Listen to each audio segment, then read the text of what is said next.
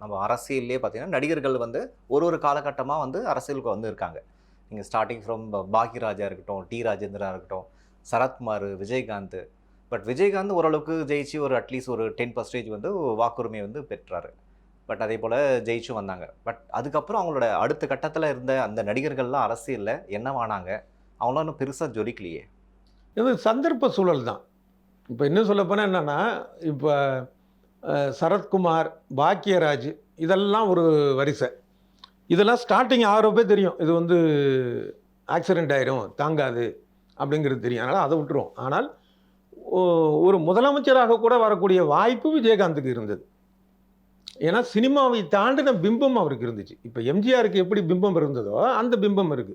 நம்ம தமிழ் மக்கள பொறுத்தளவு பார்த்தீங்கன்னா, ஒருவேள உலகம் முழுக்க அப்படிதான் இருக்கானா அது தெரியல. ஒரு 10 பேர் ஒரு இடத்துல போய் சாப்பிட்டுருக்கான் அப்படின்னா, ஏன் அவரு வள்ளல்லையா அவரு? ஏன்னா இவனே திருப்தியா சாப்பிட்ட மாரி ஒரு ஃபீல் பண்ணிக்குவான். எம்ஜிஆருக்கு அப்படி இருந்தது. இப்ப தமிழ்நாட்டுல இருக்கிற 8,00,00,000 பேர் இப்ப சரி அப்ப ஒரு 4,00,00,000 வைங்க. அவர் இருந்தப்ப 4,00,00,000 5,00,00,000.